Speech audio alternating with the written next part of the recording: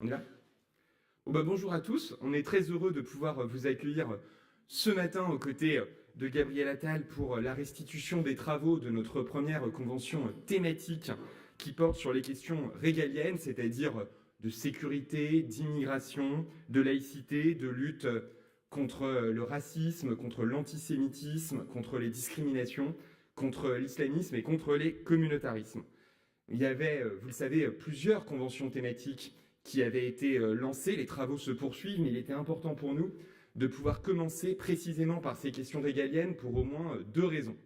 La première raison, elle est évidente, c'est que c'est le terrain sur lequel se joue une offensive menée par l'extrême droite d'une part et par l'extrême gauche de l'autre. Les premiers, à l'extrême droite, veulent s'en servir pour déclencher une guerre identitaire, quand les seconds alimentent, eux, une explosion communautaire. Et des choses qui paraissaient jusqu'ici évidentes, c'est-à-dire les grands principes de la République qui étaient partagés par les partis de gouvernement, Parti socialiste, UMP, il y a quelques années, deviennent un terrain de bataille et il nous appartient donc de pouvoir les défendre fermement. Il était aussi important de pouvoir commencer ces questions par ces questions régaliennes, pardonnez-moi, parce qu'elles nous ont aussi beaucoup divisés, en tout cas fait débat dans notre famille politique ces dernières années. Et notre conviction, c'est que justement, ça aurait été le pire des arguments pour remettre ce débat à plus tard. Et plutôt que d'éviter les discussions, il est crucial de pouvoir au contraire les aborder de front, en les travaillant sereinement, de manière complète, approfondie, avec un calendrier que nous nous sommes nous-mêmes fixé, il y a de cela 4 mois, et cela permettra d'éviter de les voir ressurgir dans le feu d'une discussion parlementaire, d'une actualité soudaine, et de pouvoir ainsi tisser et déployer une cohérence républicaine. C'est le travail précis et complet qu'ont fait les pilotes de la convention thématique, cher Renaud Muselier, avec Laure Miller et avec les différents animateurs des groupes de travail, Violette Spielbout et Lionel Royer-Perrault, Jean Terlier et Rachel Flore Pardo, Mathieu Lefebvre et Nadia Hay. Ils se sont appuyés sur les consultations de très nombreux experts, sur des élus, sur des professionnels de terrain, mais aussi sur les retours adressés directement à notre parti par les maires de France que nous avions sollicités et par les 150 réunions tenues sur le terrain par les militants Renaissance. Sur les échanges qui ont évidemment eu lieu avec les parlementaires experts de ces questions, avec les membres de notre Conseil national présidé par Elisabeth Borne et avec les membres du Bureau national pour finaliser les propositions qui vous seront aujourd'hui présentées. Alors pour résumer l'esprit qui a animé leurs travaux, je dirais qu'il s'agit de défendre la vieille maison, c'est-à-dire la République, avec des idées neuves. Des idées qui s'inscrivent dans une histoire, celle de la République, de ses fondamentaux, l'état de droit, la lutte acharnée contre le communautarisme, le racisme et l'antisémitisme, l'égalité entre les femmes et les hommes, l'attachement au droit du sol, ces piliers qui ont fondé notre histoire. Des idées qui s'inscrivent naturellement dans la suite des actions vigoureuses entreprises depuis 2017, on aura l'occasion d'y revenir, depuis la loi contre le séparatisme de 2021 jusqu'aux mesures prises en matière d'immigration, le renforcement de la présence de nos forces de l'ordre sur le terrain ou le réinvestissement dans la justice. Mais des idées qui proposent aussi de répondre à la nouvelle donne technologique, évidemment avec le déploiement de l'intelligence artificielle ou la grande perturbation des réseaux sociaux, la nouvelle donne idéologique avec les nouveaux canaux de l'islamisme et la nouvelle donne sécuritaire avec la nécessité d'une présence accrue sur le terrain. Des idées, enfin, qui ne cèdent jamais, et c'est particulièrement important sur ces questions aussi graves, aussi sensibles, au yaka faucon, et qui sont prêtes donc, quand il le faut, à défendre des changements de structure. Parce que, à entendre certains, particulièrement sur ces questions régaliennes, on a parfois le sentiment qu'il y aurait un bouton caché dans les ministères ou à l'Élysée, que personne n'aurait jamais voulu actionner, et qu'il suffirait de vouloir appuyer dessus pour changer les choses. C'est pas comme ça que ça marche. La réalité, c'est qu'il y a eu, depuis de très nombreuses années, beaucoup de ministres de l'Intérieur très volontaristes, beaucoup de gouvernements, et ceux de notre majorité, l'ont été à la pointe sur ces questions-là, et que si l'on veut pouvoir renforcer la lutte pour la sécurité des Français, pour les valeurs de la République, eh bien, il faut pouvoir assumer des mesures difficiles, des mesures complexes, rentrer dans le détail des choses, prendre le risque d'être précis dans les propositions qui sont faites et c'est ce que les pilotes de ces groupes de travail ont réalisé. Et donc je remercie vraiment Gabriel Attal d'avoir donné une pleine liberté au groupe de travail pour pouvoir réfléchir, construire, travailler dans le détail, refuser le simple ripollinage et proposer de trancher quelques-unes des grandes réformes possibles en la matière. C'est donc une étape importante aujourd'hui dans la grande actualisation de notre doctrine, un travail qui continuera évidemment, et y compris dans ces questions-là, à être enrichi, précisé et débattu, parce que nous croyons, nous, au débat public, à cœur ouvert, avec les Français, les intellectuels, les élus locaux, les organisations professionnelles, et je crois que c'est le rôle d'un parti moderne de le faire loin du secret des états-majors, des administrations ou des cabinets ministériels, que de construire publiquement, et donc avec les Français, son projet politique. Je cède donc immédiatement la parole à Renaud Muselier.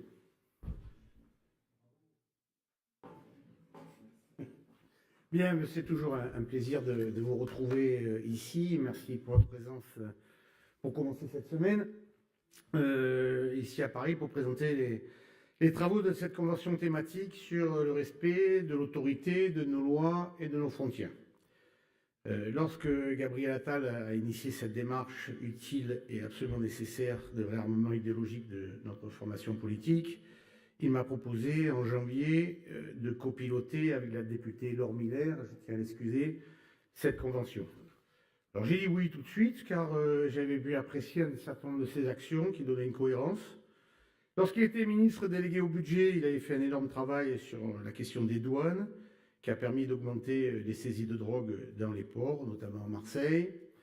En tant que ministre de l'Éducation nationale, le choc des savoirs, et j'avais proposé la région Sud comme région pilote pour les lycées, et comme Premier ministre, dans son discours de politique générale, je me souviens de ces phrases qui étaient intéressantes et qui sont restées marquées dans le cadre de son action politique. Tu casses, tu répares, tu salis, tu nettoies, tu défies l'autorité, mais on va t'apprendre à la respecter. Donc ça me plaît bien. Donc cette cohérence dans l'action et la réflexion me donne confiance et qui explique pourquoi j'ai tout de suite dit oui sans hésiter à la proposition et l'honneur qui m'avait été fait de travailler en ce sens. Je tiens à saluer le travail de David Amiel, notre secrétaire général délégué aux idées, qui organise les différents travaux avec beaucoup d'implication et de talent, et ceci depuis fin 2024, de façon à ce qu'on puisse avancer collectivement. Je veux excuser Laure qui malheureusement est retenue en commission d'enquête et qui a bien entendu mené ce travail à mes côtés. Vous allez voir tout à l'heure le travail qui a été fait par les différents pilotes qui sont ici présents et je tiens à les saluer et les remercier. Sur l'équipe sur la sécurité, sur la justice, sur l'immigration, sur les valeurs de la République. Ils ont accompli un travail de grande qualité avec des centaines d'heures d'écoute, de réflexion. Ils ont réfléchi, bossé, écrit, relu, débattu. Enfin, donc merci pour ce travail de synthèse. Et je tiens à remercier bien sûr tous ceux qui ont accepté au fil du temps de répondre aux questions, nous entendre et de débattre. C'est un sujet, bien sûr, où ce sont des sujets qui sont passionnants et qui correspondent à une énorme attente de nos concitoyens, des Français.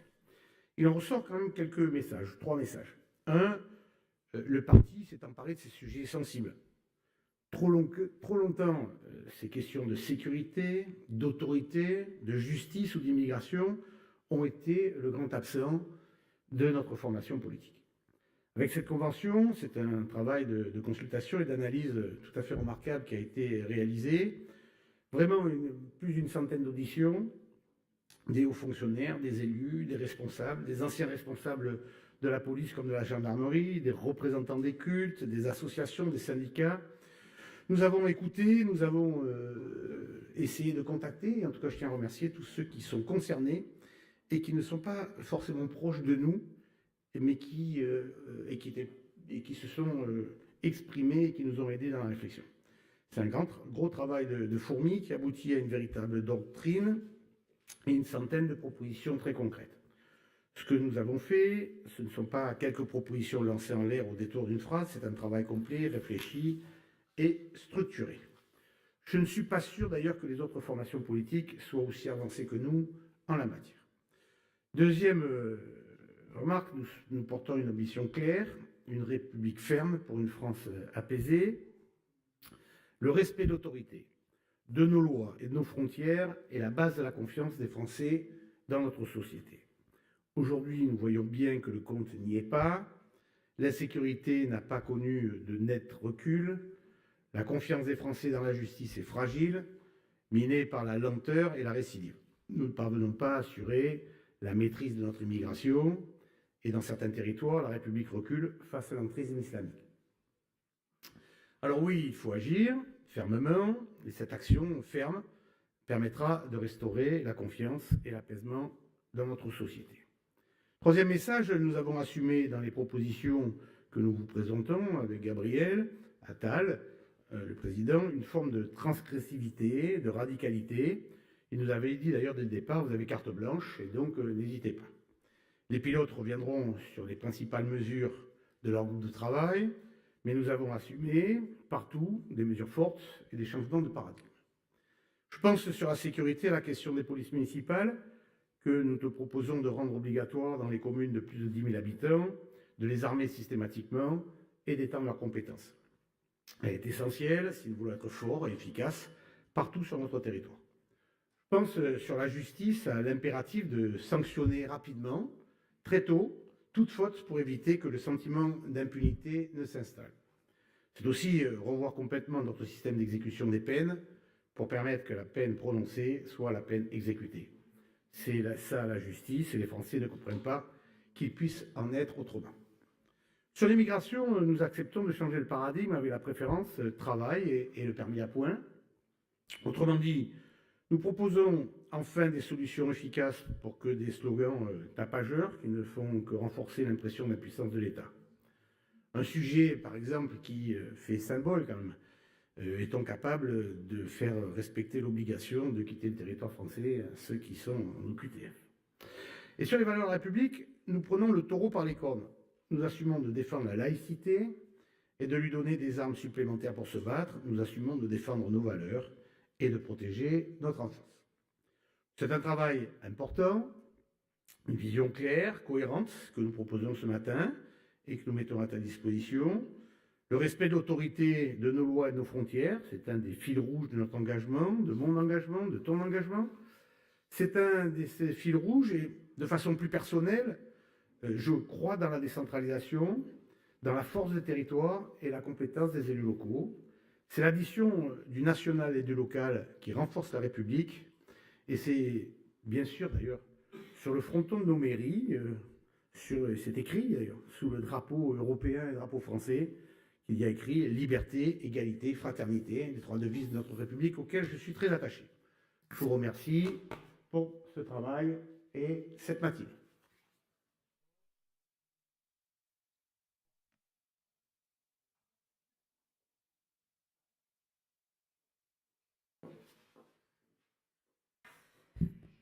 Merci, bonjour à toutes et à tous, bonjour à mes collègues des pilotes des groupes de travail, à notre président Muselier et à Gabriel Attal. Je suis très heureuse de porter aujourd'hui en duo avec Lionel Royer-Perrault qui s'excuse et qui n'a pas pu être présent, les travaux du groupe de travail sur la sécurité de proximité et du quotidien. Nous avons avec Lionel formé un duo nord-sud très efficace. Moi de Lille, lui de Marseille, un duo d'élus locaux. Et j'y tiens. J'y tiens parce que les élus locaux, partout en France, sont aux premières loges pour voir les évolutions de la société, parce qu'ils sont aussi en première ligne pour aider à la tranquillité publique, à la protection et même à la sécurité des Français. Pendant plus de 3 mois, avec Lionel, nous avons réalisé beaucoup d'auditions. Des élus, des représentants syndicaux, des hauts fonctionnaires, des chercheurs, des acteurs de terrain. Nous avons aussi écouté des acteurs dans nos communes, des Lillois, des Marseillais, dont les visions étaient extrêmement complémentaires, cher Renaud Muselier. Nous avons donc beaucoup écouté, bâti une ligne, je le crois, très claire et des propositions très fortes pour la sécurité. Si je devais résumer nos travaux, je dirais que pour nous, la meilleure infraction est celle qui n'a pas lieu. C'est une affirmation qui nous singularise de ceux qui croient que les propos incendiaires suffiront à régler des problèmes. Elle nous différencie également de ceux qui refusent de voir la délinquance comme un problème et ne cessent de chercher des excuses aux auteurs. La délinquance est bien une réalité, un fléau qui gâche la vie de nos concitoyens, que l'on soit dans de grandes villes, dans des communes moyennes ou dans la ruralité. Et c'est pour cela que nous faisons des propositions sur 3 axes forts. Premier axe, s'attaquer aux racines de la délinquance d'abord, préserver notre jeunesse de l'accès à la violence, protéger la santé mentale, mieux accompagner les jeunes en grande difficulté. Deuxième axe, nous voulons dissuader les potentiels délinquants de passer à l'acte en multipliant les présences des forces de l'ordre sur le terrain et en renforçant considérablement les polices municipales, comme la majorité des élus locaux le demandent d'ailleurs. Et troisième axe, nous voulons reprendre l'avantage sur les délinquants, notamment en investissant sur les nouvelles technologies et en renforçant les moyens d'enquête dans les criminalités montantes. Alors, premier axe, s'attaquer aux racines de la délinquance, d'abord, c'est agir dès l'école. Agir dès l'école à une échelle nationale qui permettra d'éviter les disparités d'un établissement à l'autre, de protéger les professeurs qui doivent prendre des responsabilités face à cette délinquance et aussi de permettre une sanction immédiate dès la première faute. C'est bien notre conviction. Il ne faut pas attendre que la situation s'aggrave pour réagir. Il faut accompagner les professeurs pour que la sanction puisse être reconnue et acceptée des parents, car les contestations ne sont plus supportables. Et c'est bien souvent en sanctionnant une faute dès le départ qu'on évite que les choses ne recommencent. Nous aurons donc un barème national de sanctions pour les fautes commises à l'école et la délinquance. Nous proposons aussi d'autres mesures concernant la jeunesse et sa protection. D'abord pour la santé mentale des jeunes avec un check-up psy sur le modèle de ce que nous faisons pour les dents à 2 reprises avant 18 ans. Pour l'enfance protégée, nous proposerons une recentralisation de la protection de l'enfance pour un traitement plus homogène et un accompagnement plus homogène de cette enfance en grande fragilité. Et nous reprendrons aussi les propositions faites par Gabriel Attal et Marcel Ruffo contre les addictions aux écrans qui ont déjà été présentées et détaillées. Le deuxième axe de proposition, c'est la dissuasion. La dissuasion notamment par une meilleure présence des forces de l'ordre sur le terrain et par des compétences accrues pour les polices municipales. Alors je veux revenir sur ce point tant il est essentiel. Je suis élue moi-même dans une ville où l'on refuse un certain nombre d'avancées pour la police municipale, par dogmatisme, par manque de pragmatisme et malgré les demandes répétées des policiers municipaux eux-mêmes, je mesure combien c'est un handicap énorme pour nos concitoyens. Alors nous proposons 3 choses simples. D'abord, de rendre systématiques les polices municipales dans les communes de plus de 10 000 habitants. Cette mesure vise à acter un principe et une place déterminante des polices municipales partout en France, en coopération renforcée avec la police nationale. Ensuite, nous souhaitons, Renaud Muselier l'a évoqué, que les polices municipales soient désormais systématiquement armées complètement, y compris avec des armes létales, avec un niveau d'équipement minimal qui dépendra de la taille de la commune. Ça veut dire évidemment mettre le paquet sur la formation des policiers municipaux et nous souhaitons créer une école nationale des polices municipales avec au moins un campus par région qui offre une formation homogène à tous les policiers municipaux et qui permettent aussi les évolutions ou les reconversions professionnelles dans le métier de la sécurité. Et enfin, toujours dans ce sujet de la dissuasion, c'est sans doute peut-être l'élément le plus attendu par les élus, nous proposons de donner des pouvoirs nouveaux aux polices municipales. C'est un travail qui est déjà bien sûr en construction. Les directeurs de police et de police municipale seront désormais OPJ et nous souhaitons qu'ils puissent accéder davantage par exemple à la consultation de fichiers, notamment concernant les véhicules ou les personnes. Nous voulons leur permettre d'accomplir des actes simples, notamment des contrôles d'identité, des saisies, et nous souhaitons qu'ils puissent délivrer des amendes forfaitaires délictuelles, là aussi, dès la première infraction. Je pense par exemple au harcèlement de rue, à la consommation de stupes ou à la discrimination. C'est demandé par la majorité des élus et le panorama des polices municipales des villes de France le rappelait encore très récemment. C'est donc essentiel et simple à mettre en œuvre. Enfin, troisième et dernier point que nous avons souhaité mettre en avant, c'est la nécessité de reprendre l'avantage sur les délinquants.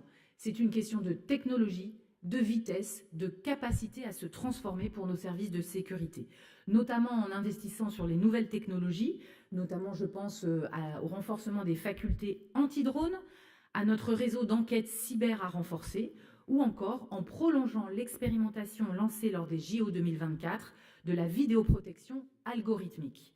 C'est essentiel et c'est aussi quelque chose qui nous différencie des autres parties. Voilà, nous avons fait au sein de ce groupe de travail sur la sécurité 31 propositions. Elles sont bien plus larges que les 3 grands axes que j'ai décrits ce matin. Je pense notamment en particulier à la prise en charge et à l'accompagnement des victimes de violences sexistes et sexuelles, ainsi qu'aux victimes de toute forme de discrimination, un sujet qui me tient particulièrement à cœur. Les moyens accrus aussi sur la lutte contre le trafic de stupéfiants, dont on sait qu'il pourrit les quartiers de nos grandes villes, mais aussi maintenant de nos villes moyennes et de la ruralité, de lutter contre le fléau des cambriolages qui concernent toutes les communes de France, ou encore d'une action pour la sécurité dans les zones rurales plus largement. C'est donc une stratégie complète de sécurité et une approche globale en coordination avec les services de l'État, une stratégie pour prévenir, dissuader et agir. Je vous remercie.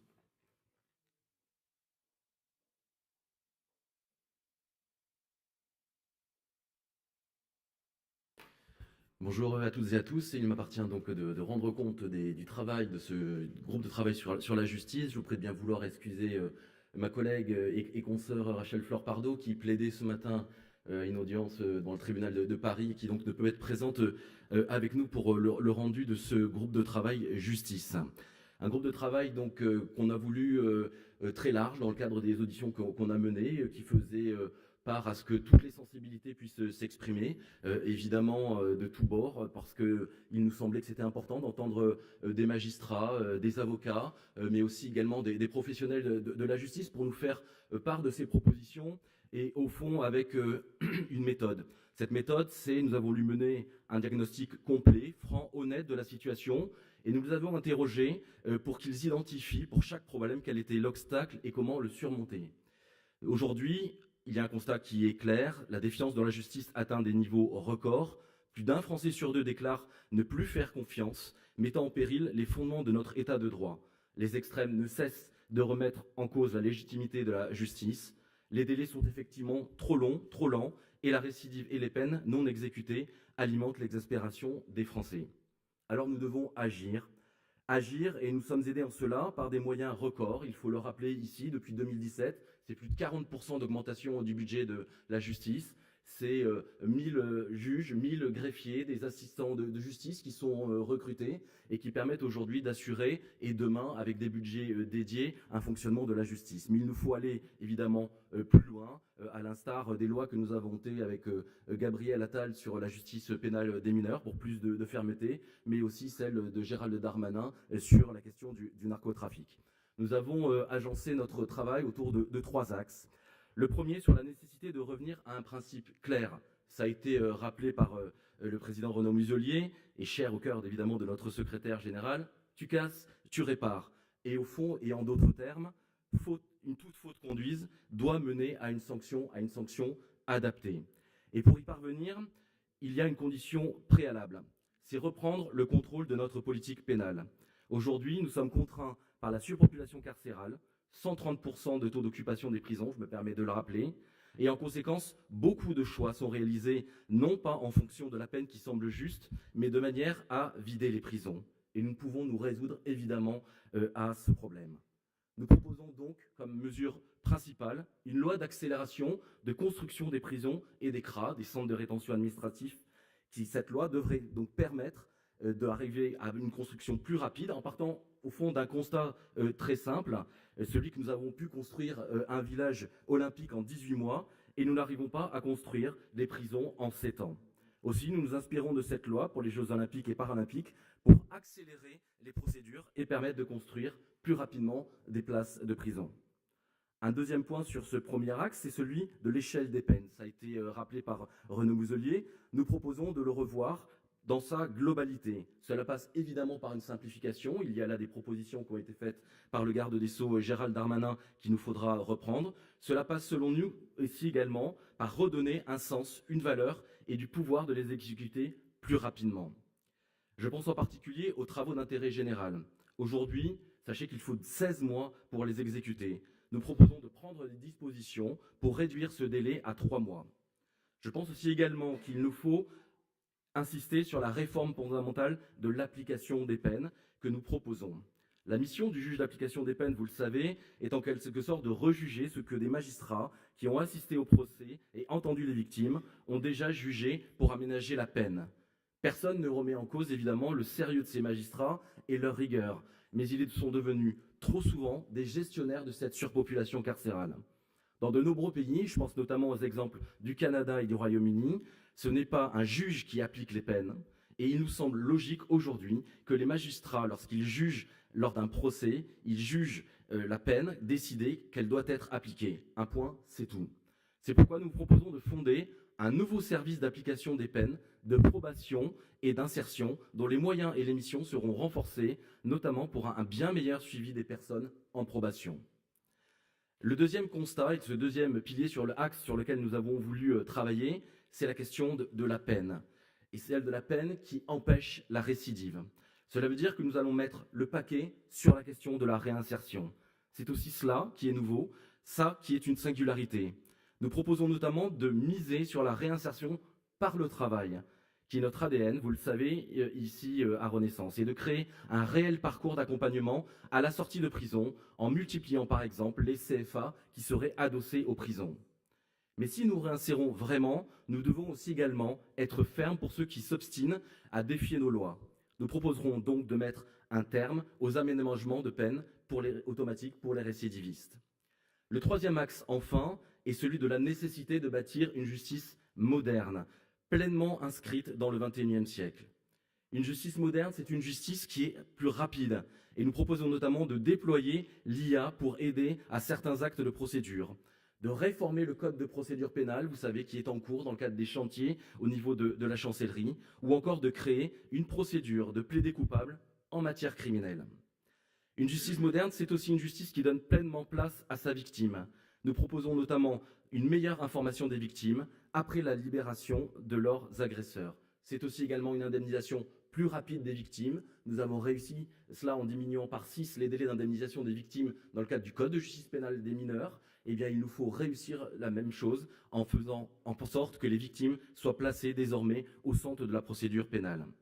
Une justice moderne, c'est enfin une justice qui répond à la délinquance du temps présent et qui se donne aussi les moyens d'y répondre. Nous proposerons notamment, après la libération, la création d'un parquet national cyber. Enfin, nous proposons de prendre nos responsabilités en matière de lutte contre les violences sexuelles et sexistes. Et nous proposerons, comme le demandent beaucoup d'associations, de porter une loi cadre avec plusieurs avancées fortes, comme la prescription glissante pour les victimes majeures. Voilà, mesdames et messieurs, résumé en quelques mots les propositions que nous faisons dans le cadre de cet atelier sur la justice pénale. Une justice donc plus rapide, vous l'avez compris, qui laisse sa place à la victime. Une justice dont les peines sont exécutées et qui ouvre le chemin vers la réinsertion. Je vous remercie.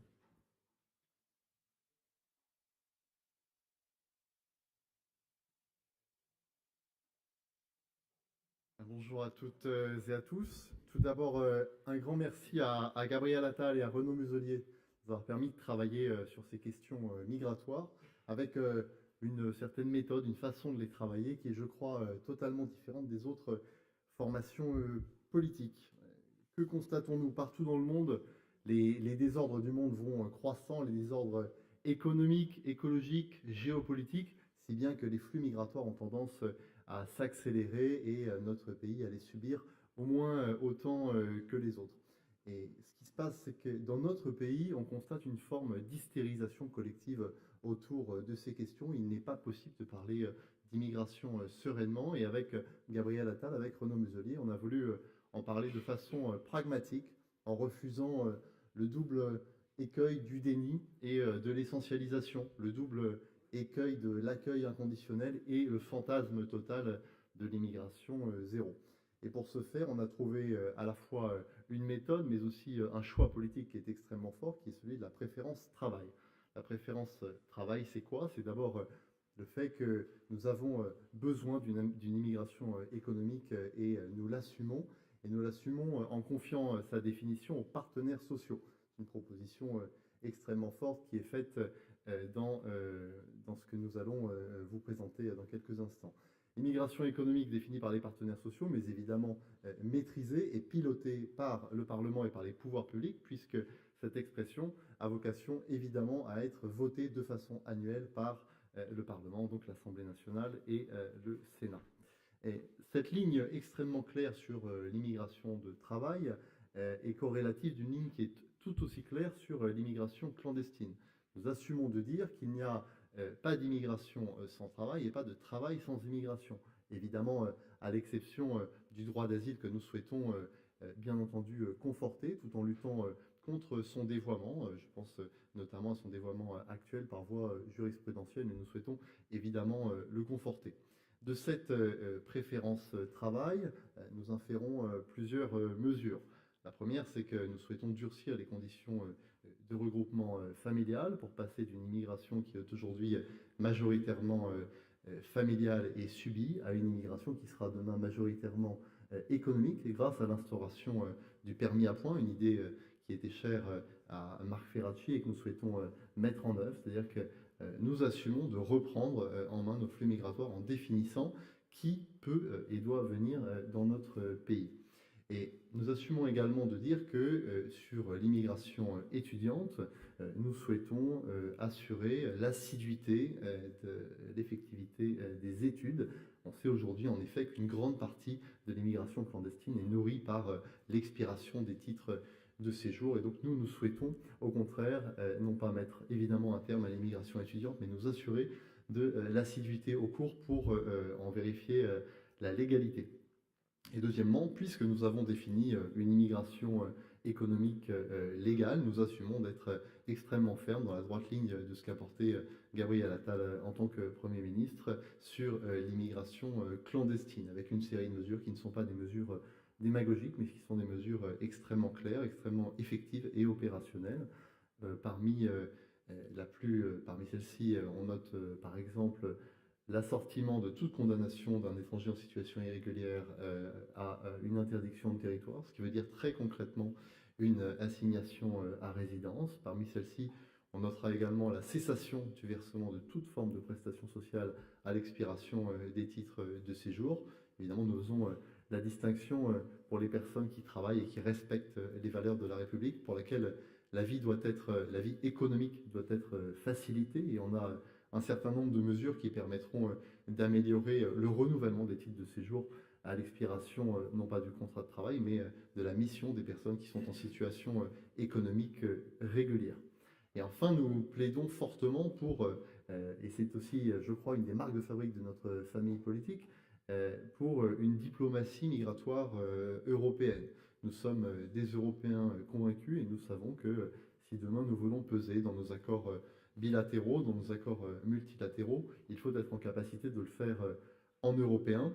Et c'est la raison pour laquelle nous souhaitons la transposition la plus rapide possible du pacte Asile-Migration qui a été mise en œuvre courageusement au Parlement européen. Et puis également, nous l'assumons, une pression pour que la directive retour puisse être révisée tant ces conditions actuelles ne sont pas satisfaisantes. Nous souhaitons enfin évidemment essayer de clore certains débats que nous avons pu avoir ou que le débat public peut connaître sur des sujets extrêmement clairs comme par exemple les titres pour étrangers malades. Nous souhaitons la mise en œuvre stricte et intégrale du rapport Evin-Stefanini, ni plus ni moins, ce qui nous permettra de revenir dans la moyenne européenne. Nous sommes favorables de la même manière à l'augmentation de la durée de rétention pour des criminels multirécidivistes. Et de la même manière, dans la droite ligne de la loi qu'avait initialement portée Gérald Darmanin, nous souhaitons pouvoir ouvrir la demande de travail sans aucun délai pour les demandeurs d'asile qui proviendraient de pays à forte présomption d'asile, et inversement augmenter ces délais pour les personnes qui viendraient de pays où l'asile serait moins fortement pressenti. Voilà pour l'ensemble de ces propositions. Et nous souhaitons enfin redire à quel point on a besoin de dépassionner ce sujet et qu'il existe véritablement une troisième voie pragmatique qui accepte de traiter les questions migratoires comme des questions de politique publique, comme n'importe quelle autre question de politique publique, entre le déni de la gauche radicale qui ne souhaite surtout pas s'en occuper et l'essentialisation de l'extrême droite qui prend les étrangers non pas pour ce qu'ils font mais pour ce qu'ils sont. Donc entre ces deux voies, il y a une voie pragmatique et raisonnable qui accepte de traiter ces sujets avec rigueur, comme vous pourrez le voir dans le dossier qui vous sera remis. Je vous remercie.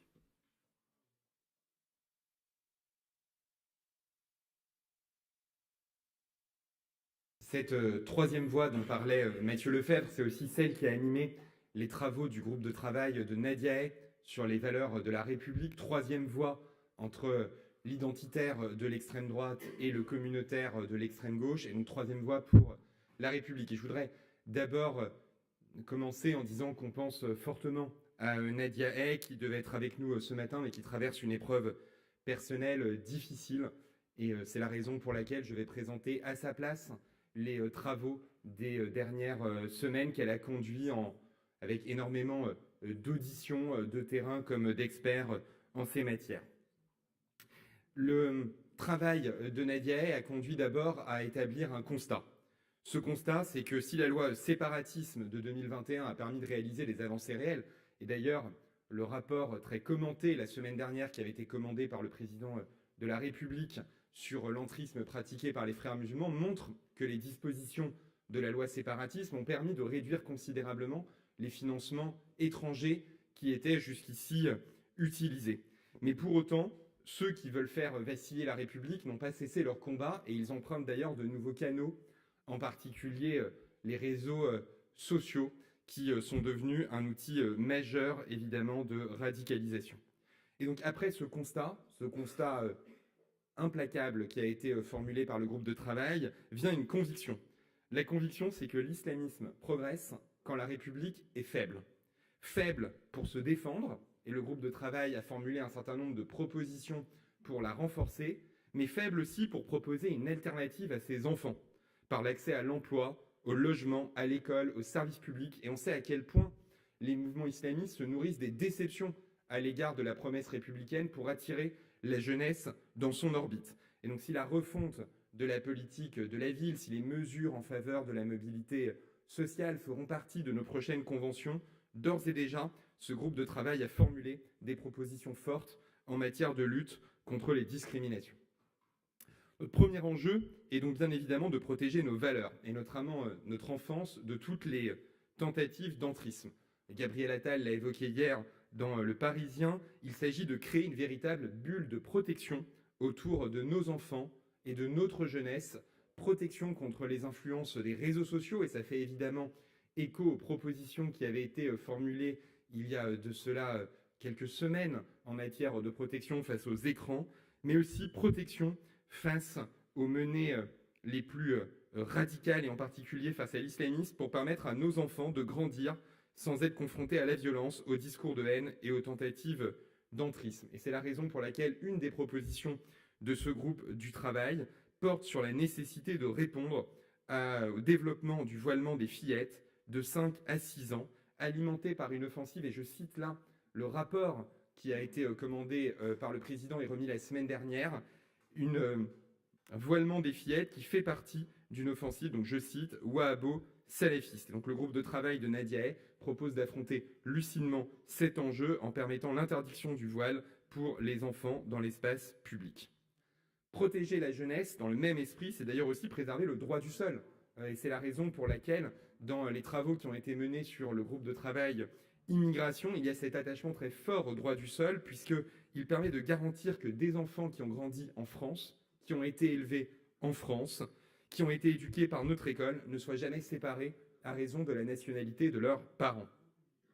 Protéger la jeunesse, c'est enfin avoir une action résolue en ligne, alors que les algorithmes des réseaux sociaux conduisent souvent, comme l'ont montré d'ailleurs les études universitaires les plus récentes, je pense en particulier aux travaux du spécialiste de l'islamisme en France, Hugo Micheron, ces algorithmes font que nos jeunes arrivent de plus en plus facilement en quelques clics et souvent sans le vouloir sur des contenus fondamentalistes ou haineux.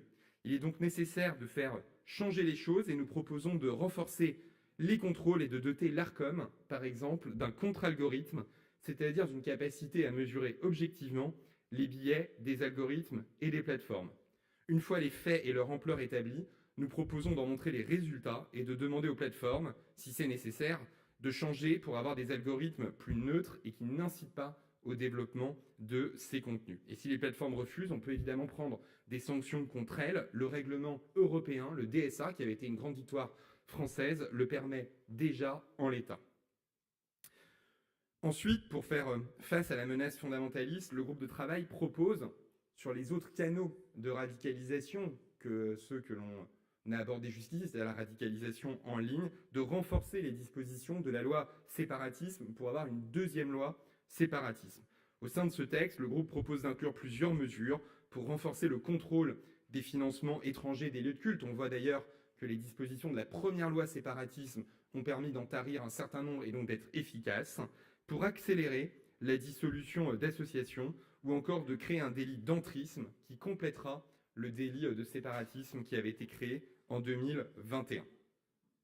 Ensuite et enfin, notre parti veut s'attaquer plus vigoureusement encore à la question de la lutte contre les discriminations. Parce que, évidemment, que c'est une question de justice, mais c'est aussi, on le sait, parce qu'il existe des discriminations fortes et intolérables dans notre société, qu'elles peuvent être ensuite instrumentalisées par les islamistes et les fondamentalistes contre notre République. Et on sera d'autant plus fort dans notre lutte contre le fondamentalisme qu'on sera intransigeant dans la lutte contre les discriminations.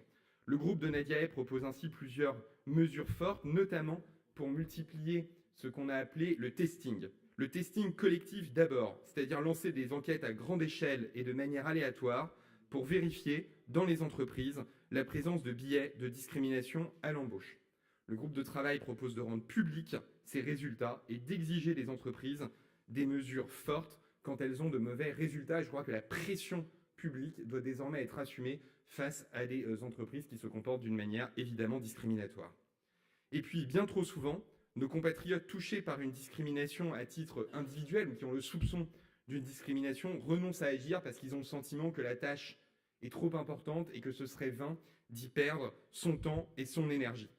Là aussi, nous voulons apporter une mesure forte qui est de permettre, et c'était l'objet de la proposition de loi de notre collègue Marc Ferracci, de confier à la DILCRA des missions de testing individuelles qui vont permettre à nos concitoyens d'obtenir une preuve des discriminations dont ils ont été victimes pour pouvoir réparer des situations insupportables et pour pouvoir aussi dissuader les employeurs qui s'adonnent à ces pratiques de continuer.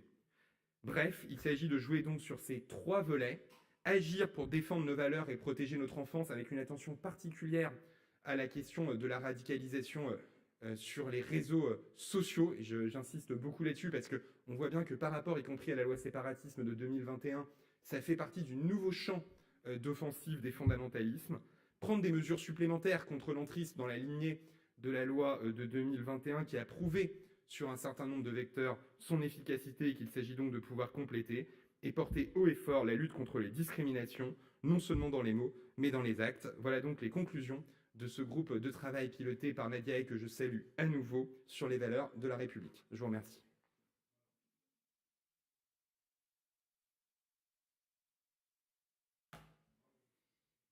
Bien, Monsieur le Président de la région Sud, cher Renaud Muselier, Monsieur le Secrétaire général délégué aux idées, cher David, Mesdames et Messieurs les pilotes des groupes de travail, chère Violette, cher Jean, cher Mathieu, Mesdames, Messieurs. D'abord, tout simplement, merci. Merci, cher Renaud, d'avoir, avec Laure Miller, que nous excusons, elle est retenue à l'Assemblée dans sa commission d'enquête, d'avoir accepté de mener ces travaux. Je connais ton engagement sur ces questions de respect de l'autorité. Je sais tout ce que tu as mis en place dans ta région, la région Sud. Et je suis fier que tu sois l'une des voix de notre parti sur ce sujet. Merci à vous, Violette, Jean, Mathieu, mais aussi à Nadia, Lionel et Rachel Flore, qui ne peuvent pas être là ce matin, d'avoir accepté de consacrer du temps, de l'énergie à ce travail, à écouter, à consulter et à bâtir des propositions. Et merci à toi, David, qui coordonne toute la réflexion et le réarmement idéologique de notre parti. Nous en avons besoin. Merci parce que le travail que vous venez d'accomplir, notre parti ne l'avait jamais vraiment réalisé en dehors des campagnes présidentielles. Et moi, je formule le constat depuis un certain temps maintenant que la politique tourne à vide, que les partis sont devenus, depuis longtemps, fainéants. Ils arrêtent de consulter, de réfléchir, de bâtir. Souvent, les slogans ont remplacé les idées, les ambitions ont remplacé les propositions. Je l'ai souvent dit, la politique est malade de l'élection présidentielle et je crois que les idées sont les premières victimes de cette maladie. Elles sont les grandes absentes du débat et plus aucun parti ne donne le sentiment de chercher à proposer, à construire, à proposer une vision pour la société. Et moi, je crois qu'il faut toujours partir des idées. Je crois que respecter les Français, ça n'est pas avancer masqué, c'est proposer.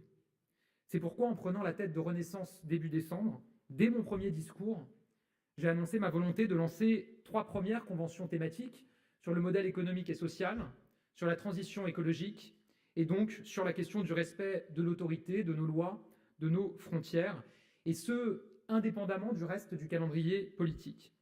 Pendant des mois, vous l'avez dit, Renaud, David, des centaines de rencontres ont eu lieu, nos élus, nos militants ont été consultés.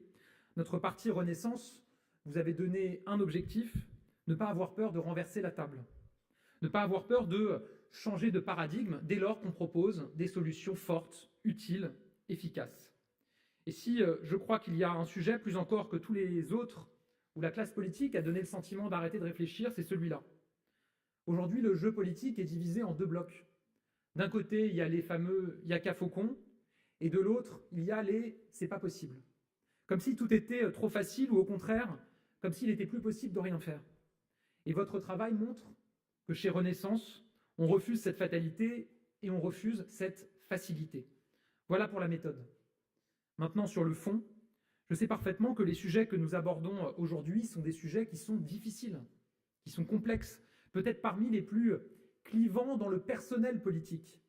Et pourtant, je crois qu'il n'y a jamais eu autant d'attentes, voire de consensus chez nos compatriotes qui sont beaucoup plus unis que leurs responsables politiques sur ce sujet. La classe politique est divisée sur ces sujets pourtant vitaux. D'un côté, la surenchère permanente où les mots forts ont remplacé les actions fortes, quitte à renforcer chez nos compatriotes le sentiment d'impuissance publique.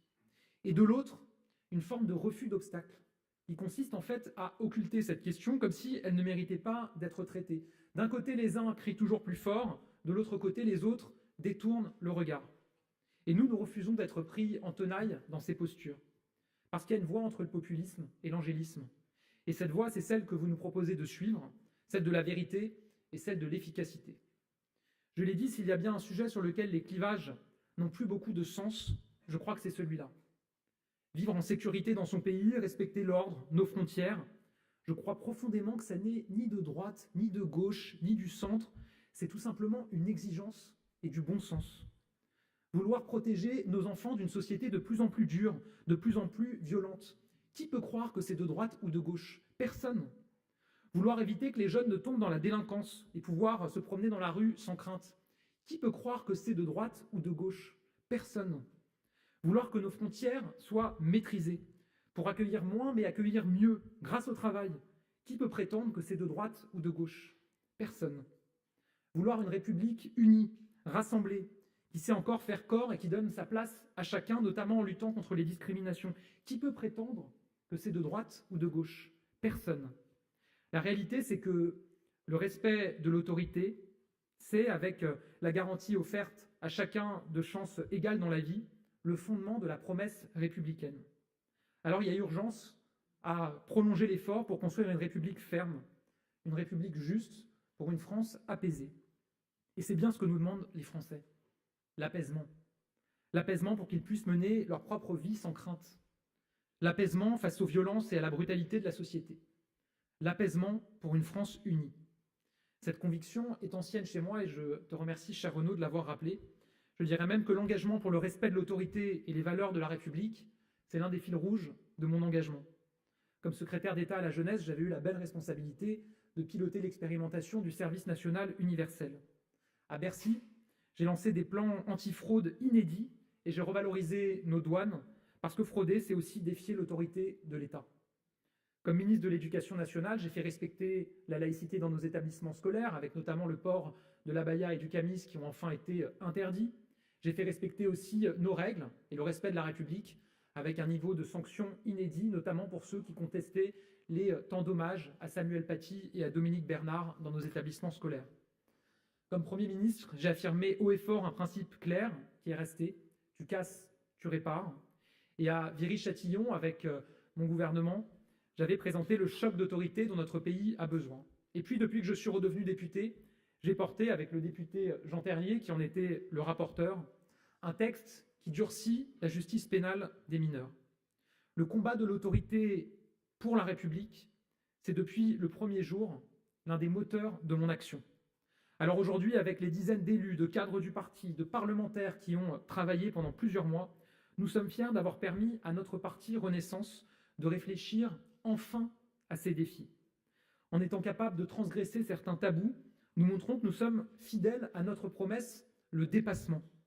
Ne pas choisir nos idées ou ne pas les exclure parce qu'elles seraient vues comme étant de droite ou de gauche, mais avoir l'audace de les mettre en débat parce qu'elles sont utiles, parce qu'elles sont efficaces, parce qu'elles sont de bon sens.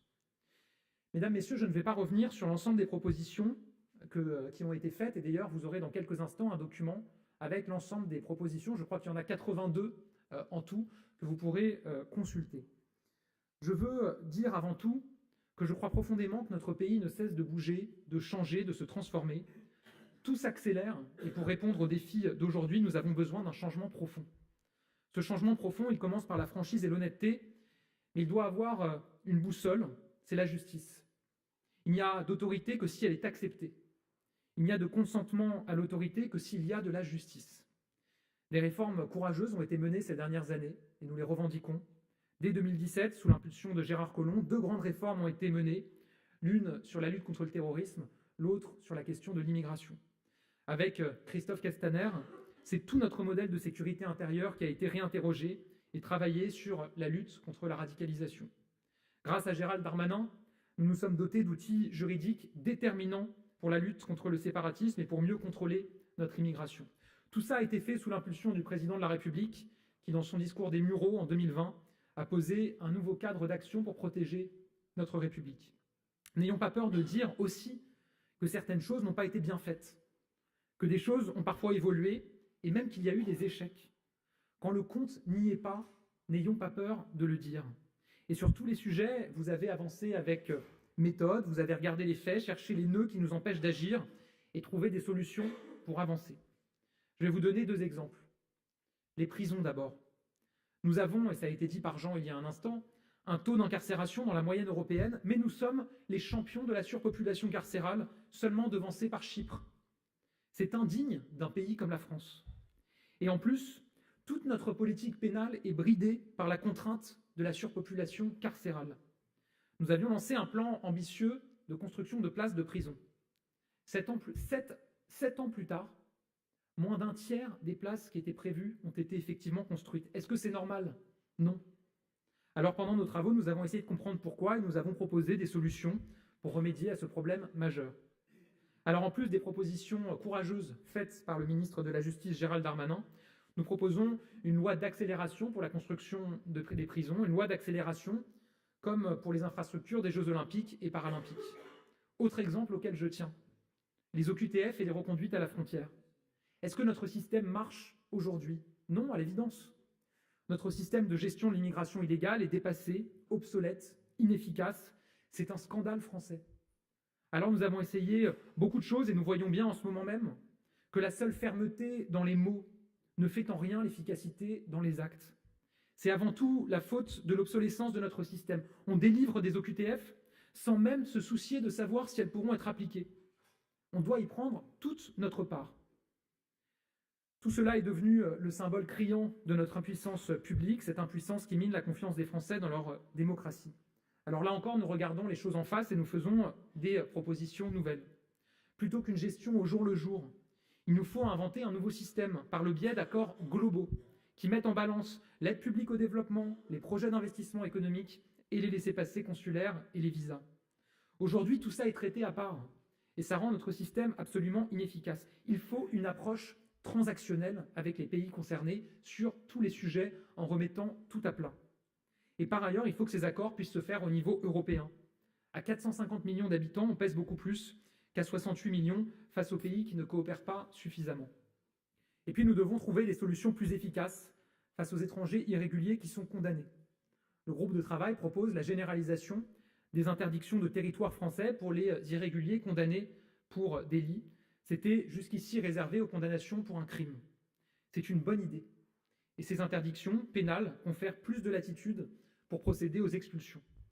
Le deuxième enseignement que je tire de vos conclusions, c'est qu'à travers elles, on retrouve plusieurs fils rouges, des piliers de notre vision de la société. Le premier de ces piliers, et j'y tiens, c'est la protection de nos enfants. On vit dans une société de plus en plus dure.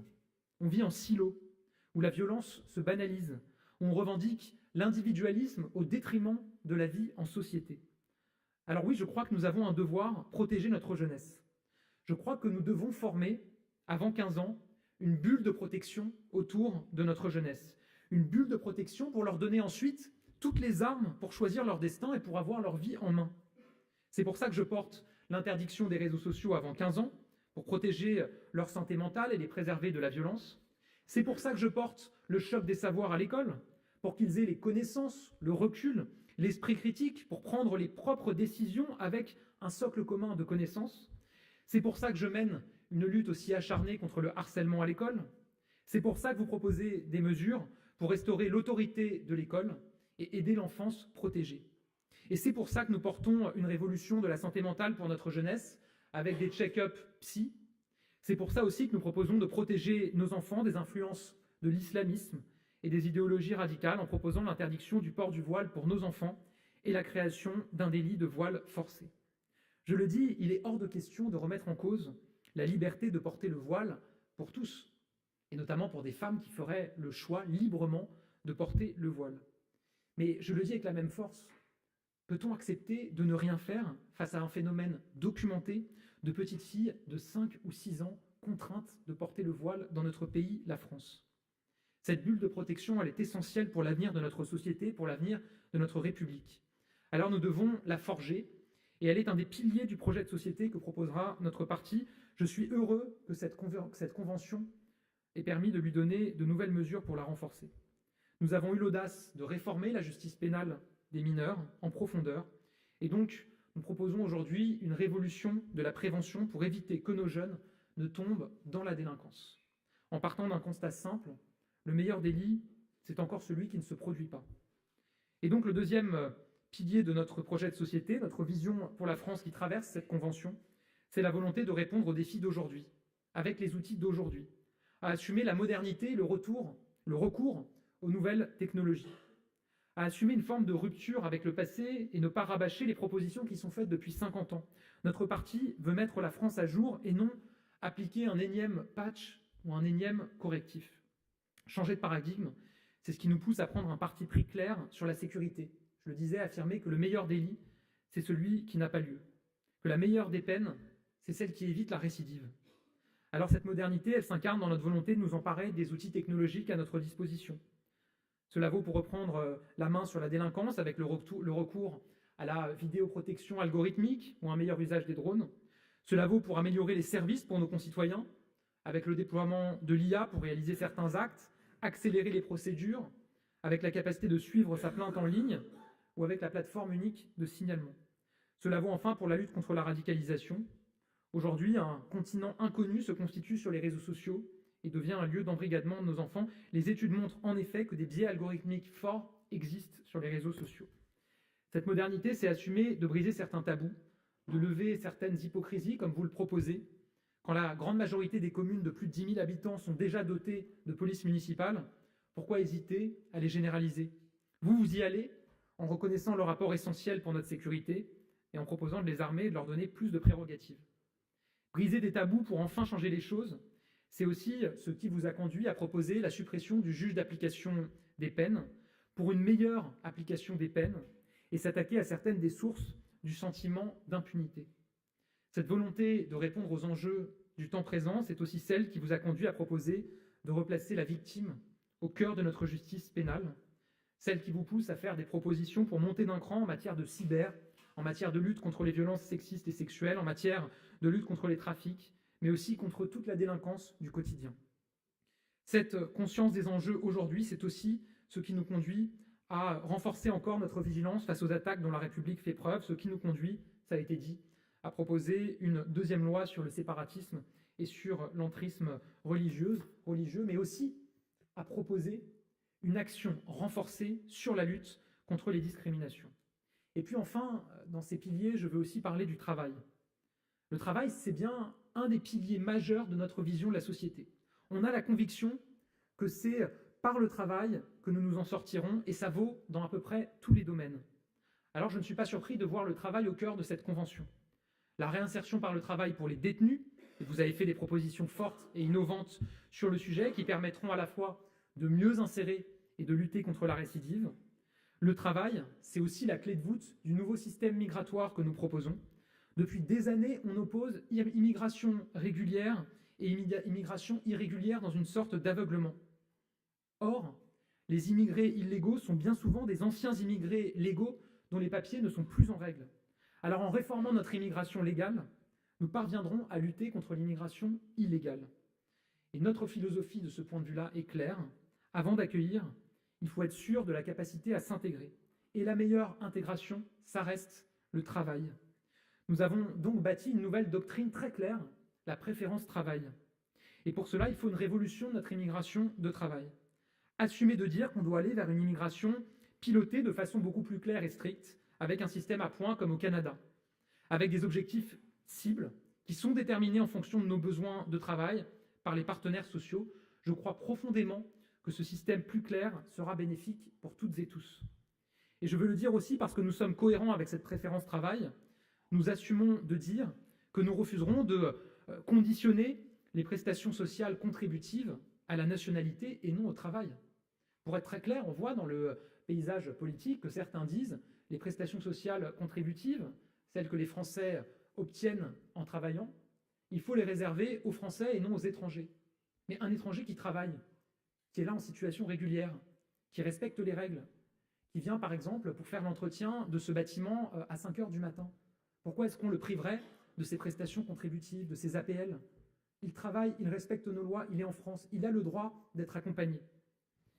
Et enfin, je veux le dire, affirmer une vision, affirmer un projet de société, c'est aussi affirmer des principes clairs. Des principes qui nous différencient, je le sais, mais dont nous ne dévierons pas. La question de l'immigration s'y prête particulièrement, et je veux le dire notamment, nous ne proposons pas de remettre en cause le droit du sol, ce n'est pas qui nous sommes, ce ne sont pas nos valeurs. Voilà, mesdames et messieurs, ce que je voulais dire pour conclure cette présentation des travaux, et avant de répondre à vos questions, je veux vous dire que je suis fier de ce travail. Fier du travail accompli, fier du travail collégial. Nous n'en avions jamais fourni de tel au sein de ce parti depuis 8 ans. Toutes les propositions qui ont été faites vont être soumises à nos adhérents qui vont pouvoir en débattre et qui pourront voter sur les axes qui sont proposés dans la semaine qui vient. Nous voulons une République ferme pour une France apaisée. Et je remercie une fois encore toutes celles et ceux qui ont participé à ces travaux. Et je suis à votre disposition pour répondre à vos questions.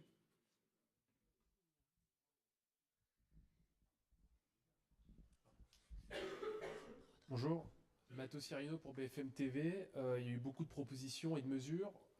L'une est particulièrement retenue, l'interdiction du voile pour les mineurs de moins de 15 ans. Il y a eu beaucoup de réactions vis-à-vis de cette mesure, notamment au sein de votre propre camp, notamment Elisabeth Borne, qui a émis des doutes sérieux sur la faisabilité, mais aussi Carl Olive. Qu'est-ce que vous leur répondez et est-ce que vous reconnaissez peut-être un loupé, une incompréhension ? On entend beaucoup de choses depuis que cette proposition a été formulée, et je vais vous dire, moi j'ai le sentiment de réentendre les mêmes choses qu'on a entendues ces dernières années à chaque fois que ce sujet-là s'est posé. J'entends d'abord, dans les expressions que vous avez évoquées, un partage du constat. Des personnalités qui disent « c'est pas normal qu'on ait en France des fillettes de 5, 6, 8 ans qui soient contraintes de se voiler ». Et ensuite, j'entends « mais il ne faudrait pas agir parce qu'on n'est pas sûr que ce soit constitutionnel ». Il y a eu exactement les mêmes arguments en 2004 quand le gouvernement de Jacques Chirac à l'époque a décidé courageusement d'interdire le port de signes ostensibles religieux à l'école. Il y a eu les mêmes arguments en 2009 quand il a été décidé d'interdire le port de la burqa dans l'espace public. Et j'ai entendu les mêmes arguments quand j'ai décidé de faire respecter la laïcité dans les établissements scolaires avec l'interdiction du port de l'abaya et du camis dans nos établissements scolaires. Tout ça pour vous dire qu'avec de tels arguments et avec de tels raisonnements, on n'aurait pas interdit le port de l'abaya dans les établissements scolaires en 2023 et on n'aurait probablement pas pris les mesures que j'évoquais auparavant sur la burqa ou sur la laïcité dans nos établissements scolaires. Évidemment que cette proposition elle a été travaillée par le groupe de travail sur les valeurs de la République en lien avec des juristes, en lien avec des conseillers d'État, qui estiment qu'à travers la protection de l'enfance, puisque c'est bien de cela qu'il s'agit, il y a un chemin juridique et constitutionnel pour prendre cette mesure. Et à nouveau, moi je veux le dire ici de manière très claire, une femme qui décide de porter le voile librement, et c'est son choix, évidemment qu'elle doit pouvoir le faire. Quand on dit toute la République, rien que la République, ça veut dire respecter la liberté de conscience et la liberté de culte. Mais qui peut considérer qu'une fillette de 5 ou 6 ans, comme c'est documenté dans le rapport qui a été remis sur tout le territoire national, qui peut considérer qu'elle décide librement de porter le voile?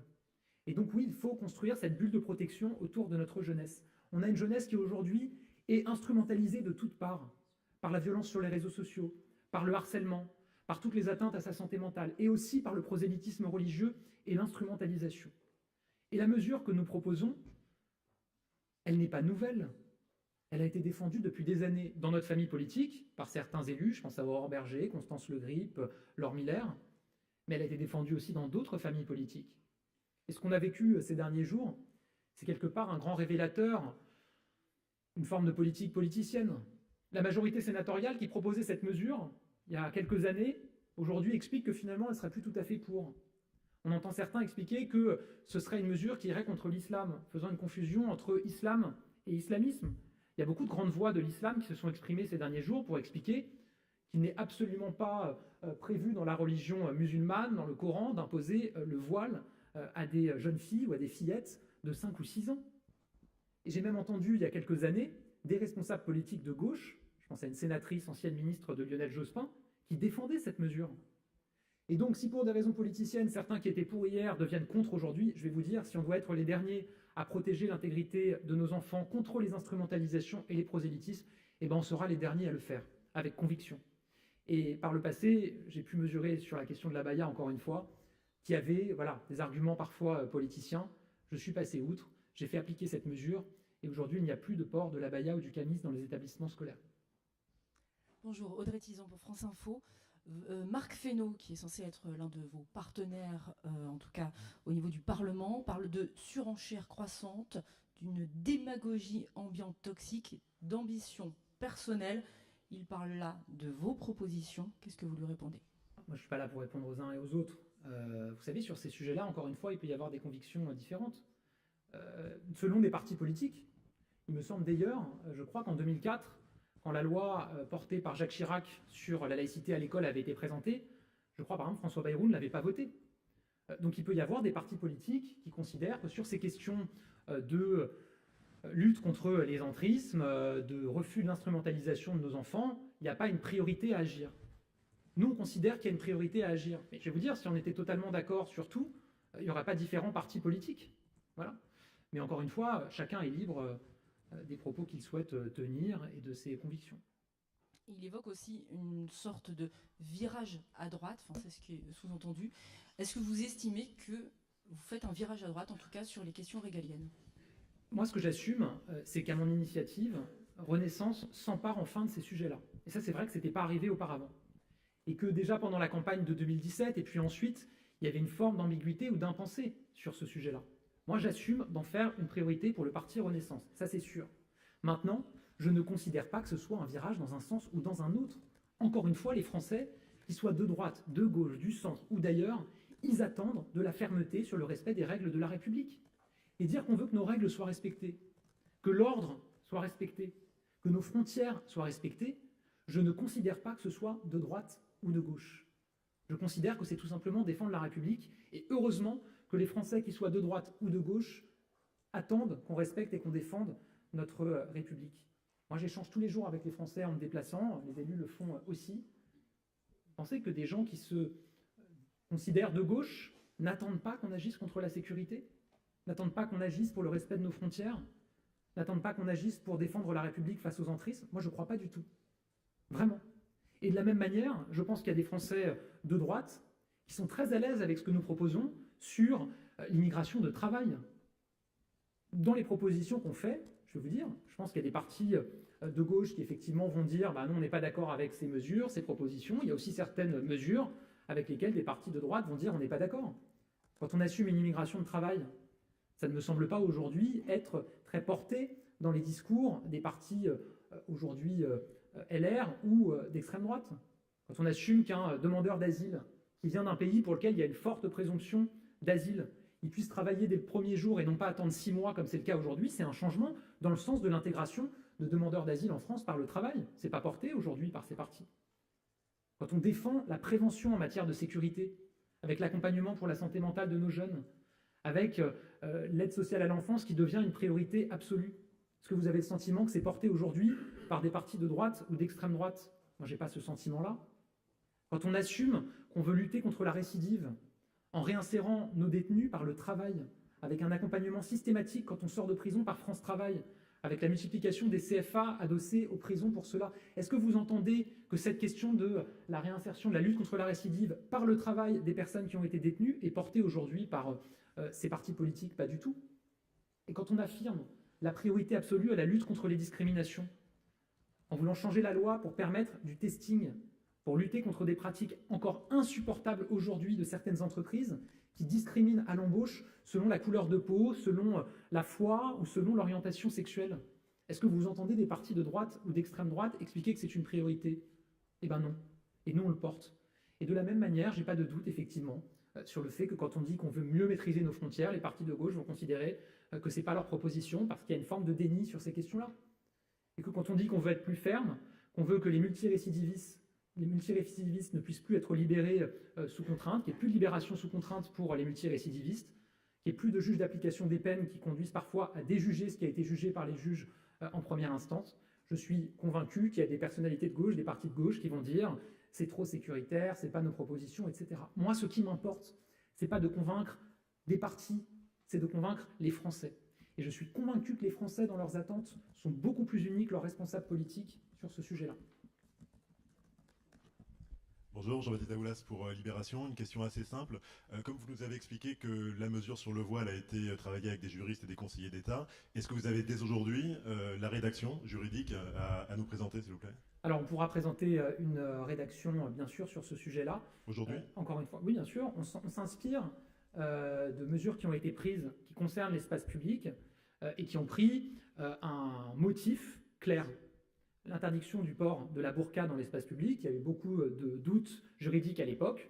Le gouvernement de l'époque a dit on prend l'axe de la protection de l'ordre public pour prendre cette mesure. Et ça a été validé par le Conseil constitutionnel. Sur la question des enfants, du voile des enfants, nous prenons l'angle de la protection de l'enfance. Et les juristes avec lesquels nous avons travaillé, les constitutionnalistes avec lesquels nous avons travaillé, estiment qu'il y a un chemin pour appliquer cette mesure dans l'espace public, dès lors qu'il y a cet angle de la protection de l'enfance contre les instrumentalisations et contre l'idée qu'il devrait y avoir une soumission des fillettes par rapport aux petits garçons. On pourra vous passer tous ces éléments-là sans problème. Bonjour, ici Jérôme Val de France Inter. Vous avez des mots très durs sur les constats que vous faites aujourd'hui sur ces questions-là. Je crois que c'est vous, Monsieur Muselier, tout à l'heure qui disiez que le compte n'y était pas. Est-ce que vous assumez malgré tout une part de responsabilité dans les constats que vous portez aujourd'hui et auxquels vous voulez remédier? Merci. Je crois que c'est ce que j'ai dit dans mon intervention. Il y a beaucoup de choses qui ont été faites ces dernières années et on en est fiers. Et notamment un renforcement massif des moyens. Les moyens de la police, les moyens de la justice n'ont jamais été autant augmentés que ces dernières années. Et ça, c'est une fierté. Il y a des réformes qui ont été portées courageusement, des budgets obtenus de haute lutte, et j'en sais quelque chose, par différents ministres qui se sont succédés. Maintenant, il faut aussi être lucide. Les trafics et la délinquance continuent d'empoisonner la vie des Français. Ils voient bien que notre immigration n'est pas pilotée et que nos frontières ne sont pas respectées. Et les Français n'ont pas confiance aujourd'hui, dans une majorité, hélas, en notre justice et en ses décisions. Et moi, je ne fermerai pas les yeux sur ce constat-là. Donc j'ai une forme de lucidité, et nous avons une forme de lucidité, c'est aussi ce qui permet d'avancer ensuite en faisant ces constats. Et je crois que c'est ce que j'ai dit aussi le 6 avril dernier, en assumant cette lucidité, en assumant qu'il faut un changement profond. Peut-être singulièrement sur ces questions-là, qui encore une fois étaient une forme d'impensé pour nous ces dernières années.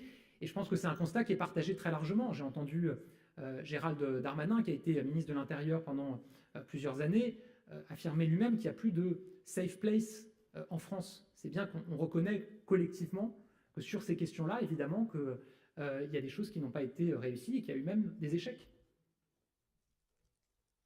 Oui. Bonjour, Dina Cohen de l'Opinion. Sur le regroupement familial, est-ce que vous pouvez préciser le durcissement des conditions que vous avez évoquées? Tu veux t'exprimer, Mathieu? Vas-y.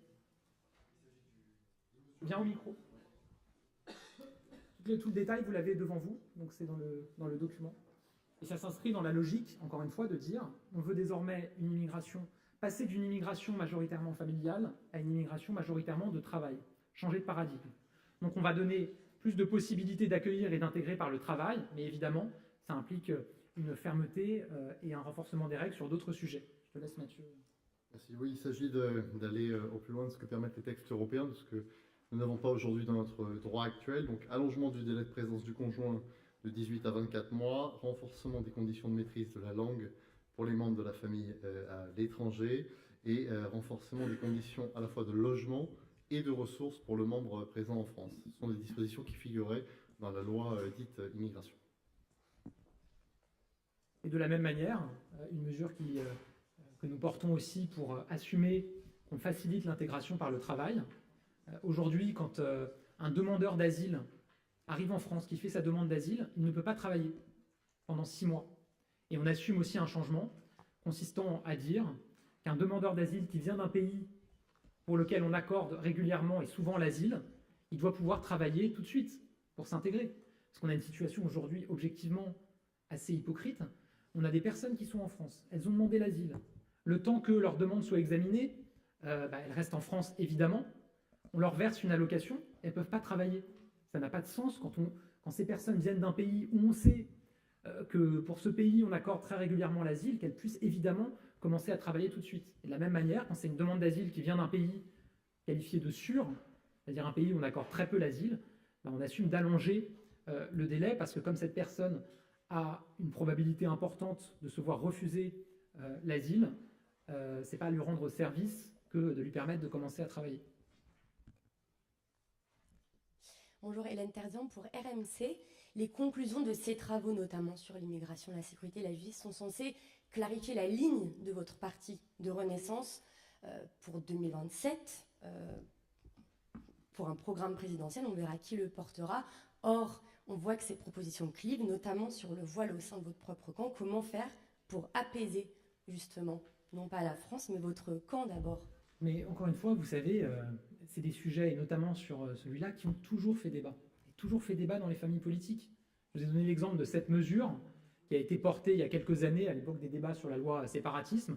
Et il y avait des responsables politiques de droite, des responsables politiques de gauche et des responsables politiques de notre famille politique qui portaient cette mesure. Et dans l'ensemble de ces familles politiques, vous aviez des personnalités qui s'y opposaient. Voilà. Maintenant, il y a un travail qui a été fait avec des groupes de travail. Il y a nos adhérents qui vont être amenés à se prononcer par un vote dans les jours qui viennent. Et donc, effectivement, ce sera la ligne de notre parti politique. Après, ça n'empêche pas le débat, ça n'empêche pas que certains puissent avoir des sensibilités qui sont différentes, mais je pense que ce travail était nécessaire. Certains ont été heurtés par le fait que certaines propositions sortent même avant aujourd'hui. Pourquoi l'avoir fait à ce moment-là précisément? D'abord, l'ensemble des propositions sont publiées aujourd'hui. Ensuite, vous savez, ces dernières semaines, on a, dans le cadre de la finalisation de ces travaux, réuni des parlementaires, réuni des experts qui avaient contribué, réuni beaucoup de monde. Donc nos propositions, en réalité, d'ailleurs un certain nombre d'entre vous nous ont interrogés sur des propositions qui sont présentées aujourd'hui ces derniers jours, étaient en réalité presque déjà publiques. Voilà, je pense que l'essentiel, c'est la présentation formelle que nous faisons aujourd'hui avec les pilotes des groupes de travail. Mais après ces 3 mois de travail avec des auditions de plusieurs centaines de personnes, je vais vous dire, de toute façon, il n'y avait plus vraiment de grands mystères, et un certain nombre de vos confrères nous l'ont dit, sur le sens de ce qui a été présenté aujourd'hui.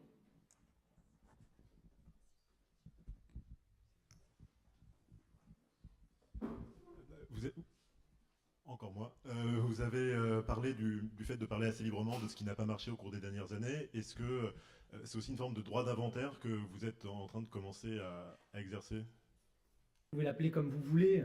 Moi, je pense qu'il y a un regard lucide à avoir sur la situation du pays aujourd'hui. Encore une fois, c'est pas remettre en cause ce qui a été fait ces dernières années.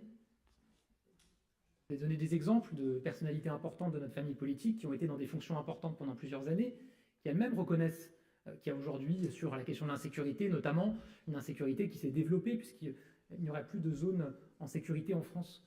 Donc encore une fois, moi je pense que ce qui permet d'avancer, c'est la lucidité. On ne peut pas considérer que tout a été parfait ces dernières années parce que c'est des responsables politiques de notre famille politique qui étaient au pouvoir. Sinon, on n'avance plus. Voilà. Mais ce que je dis aussi, c'est qu'il y a des grandes choses qui ont été faites ces dernières années, courageusement. D'ailleurs, un certain nombre des oppositions qui, aujourd'hui, critiquent, ne nous ont pas accompagnés quand ces choses et ces réformes importantes ont été portées. Donc encore une fois, moi, les termes m'importent peu. Ce que je dis, c'est qu'il faut un changement profond sur la manière dont les réformes sont conduites en France et sur l'orientation sur un certain nombre de sujets. Parce que par ailleurs, le monde a changé. Et j'assume, depuis que j'ai pris la tête de Renaissance, de porter ce changement profond. Et pour ça, il faut émettre des idées, faire des propositions. Je vais vous dire, une des leçons des derniers jours, c'est que je pense qu'on n'a jamais autant parlé des propositions d'un parti politique en dehors d'une campagne présidentielle. J'ai vu énormément de commentaires ces derniers jours dans la presse. Je n'ai pas le souvenir qu'un autre parti politique, en dehors des propositions qu'il faisait dans une campagne présidentielle, avait fait autant parler par le travail qu'il a réalisé. J'y vois un gage et un signe de sérieux sur tous les travaux qui ont été menés. Et oui, l'affirmation d'une ligne probablement beaucoup plus claire. Parce que, encore une fois, ça a été ce sujet-là, un impensé pour notre famille politique ces dernières années.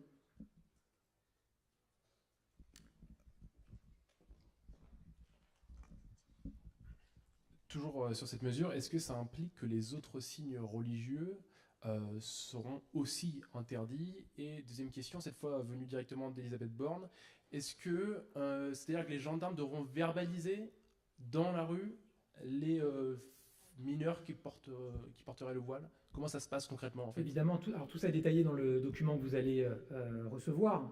Comme je l'ai dit tout à l'heure, le chemin juridique qui a été identifié avec les juristes et les conseillers d'État avec lesquels nous avons travaillé, c'est celui de la protection de l'enfance. Et que ça va à l'encontre de la protection de l'enfance que d'inculquer à une fillette de 5 ou 6 ans l'idée qu'elle serait inférieure ou soumise aux garçons. C'est ça qu'il y a derrière le voilement forcé de fillettes. Et encore une fois, ce n'est pas nous qui le disons. C'est le rapport qui a été remis au gouvernement, très sérieux, qui parle d'une offensive wahhabo-salafiste sur ce sujet et de fillettes, je cite, de 5 ou 6 ans voilées en France. Ce rapport dit que c'est un phénomène qui n'est pas encore endémique, mais qui est présent sur tout le territoire national. C'est donc le signe qu'on peut encore agir, qu'il est encore temps d'agir. Quand quelque chose n'est pas endémique, on peut encore agir. Mais quand quelque chose est présent sur tout le territoire national, il faut agir sans attendre. Donc ça, c'est pour la réponse à votre première question, d'où le fait que cette mesure concerne le voile. Sur la deuxième question, il est très clair, vous le verrez dans le dossier, que l'enjeu, ce n'est pas de verbaliser des fillettes, bien évidemment, mais c'est de sanctionner, demander des comptes à des parents ou parfois à des associations qui contraignent et imposent à une fillette de porter le voile.